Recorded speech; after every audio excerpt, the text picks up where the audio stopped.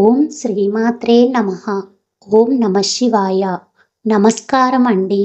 Welcome to Vaishu creations. ఈరోజు మనం ఈ వీడియోలో డైలీ డివోషన్ అనే కాన్సెప్ట్లో భాగంగా సోమవారం నాడు పూజించవలసిన దైవాల గురించి తెలుసుకుంటున్నాం. ఆల్రెడీ సూర్య భగవానుడికి ఇష్టమైన వాటి గురించి, శివుడి గురించి తెలుసుకున్నాం. సోమవారం రోజున పార్వతీదేవిని పూజించాలి అని తెలుసుకున్నాం. సోమవారం నాడు శివుడు, పార్వతీదేవి, చంద్రుడిని అలాగే కాలభైరవుడిని పూజిస్తాం అని తెలుసుకున్నాం. ఈ వీడియోలో పార్వతీదేవికి ఇష్టమైన నైవేద్యం, ఫలం, పుష్పం, మంత్రం, దానం ఇలా ప్రతి ఒక్కటి క్లియర్గా తెలుసుకుందాం. పార్వతీదేవి హిందూ మతంలో ఒక ప్రధాన దేవత.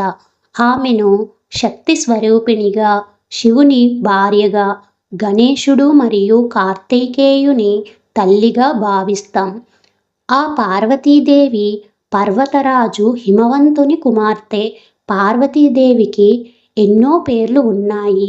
గౌరీ, దుర్గా, కాళీ, శైలపుత్రి వంటి అనేక పేర్లతో పిలుస్తాం.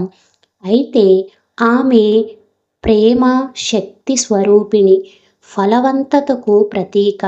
పార్వతీదేవి శక్తివంతమైన ఆదిశక్తి స్వరూపంగా కూడా పూజలు అందుకుంటుంది. మనకు ఇష్టమైన దైవానికి మనం పూజ చేసేటప్పుడు ఎంతో అలంకారప్రాయంగా చేయాలి అని అనుకుంటూ ఆలోచిస్తూ ఉంటాం. కానీ ఆ దైవానికి ఇష్టమైన ఫలం కానీ, పుష్పం కానీ సమర్పించి పూజ చేస్తే ఇంకా మంచి ఆశీర్వాదం పొందగలుగుతాం. పార్వతీదేవికి ప్రీతికరమైన వాటి గురించి తెలుసుకుని పూజ చేసేటప్పుడు అన్నీ కాకపోయినా వాటిలో ఏదో ఒకటి సమర్పించి చేసిన వారి ఆశీస్సులు శీఘ్రంగా పొందవచ్చు. కనుక పార్వతీదేవికి ప్రీతికరమైన వాటి గురించి తెలుసుకుని పార్వతీదేవిని పూజించేటప్పుడు అన్నీ కాకపోయినా ఫలం, పుష్పం అయినా తనకు ప్రీతికరమైనవి ఉండేటట్టు చూసుకుని ఈ పూజ చేసుకుందాం. ఇక ఈరోజు టాపిక్లోకి వెళ్ళిపోదాం. పార్వతీదేవికి ఇష్టమైన వారం సోమవారం. శివుడికి కూడా సోమవారమే వారాలలో ఇష్టమైన వారం.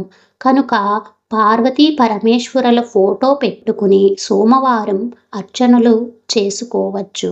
పార్వతీదేవికి ఇష్టమైన తిథి శుద్ధ ఏకాదశి. ఇష్టమైన పుష్పాలు గులాబీ రంగు పుష్పాలు, గులాబీలు. అలాగే గులాబీ రంగులో ఉన్న ఏ పుష్పమైనా పార్వతీదేవికి ఎంతో ప్రీతికరం. ఇష్టమైన వస్త్రం ధవళ వస్త్రాలు. ధవళ వస్త్రం అంటే పత్తి మరియు పట్టు నూలులు కలయికతో చేతితో నేసిన సాంప్రదాయ భారతీయ వస్త్రం. ఇది మృదువైన ఆకృతి మరియు శక్తివంతమైన రంగులకు ప్రసిద్ధి చెందింది. దీనిని మడి వస్త్రాలలాగా రోజూ పిండి ఆరబెట్టనక్కరలేదు. సూర్యునికి చూపించి విదిలించి ఆరవేస్తే చాలు. ఇక పార్వతీదేవికి ఇష్టమైన దీపారాధన నేతి దీపారాధన. నేతి దీపారాధన అంటే ఆవు నేతితో దీపం వెలిగిస్తే పార్వతీదేవికి ఎంతో ప్రీతికరం.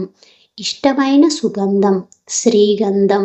శ్రీగంధం అంటే గంధాలలో ఇదొక రకమైన గంధం.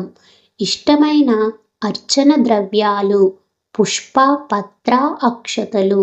మనం పూజించేటప్పుడు పార్వతీదేవికి పుష్పాలు, పత్రాలు, అక్షంతలు సమర్పించి పూజ చేస్తే పార్వతీదేవికి ఎంతో ఇష్టమట.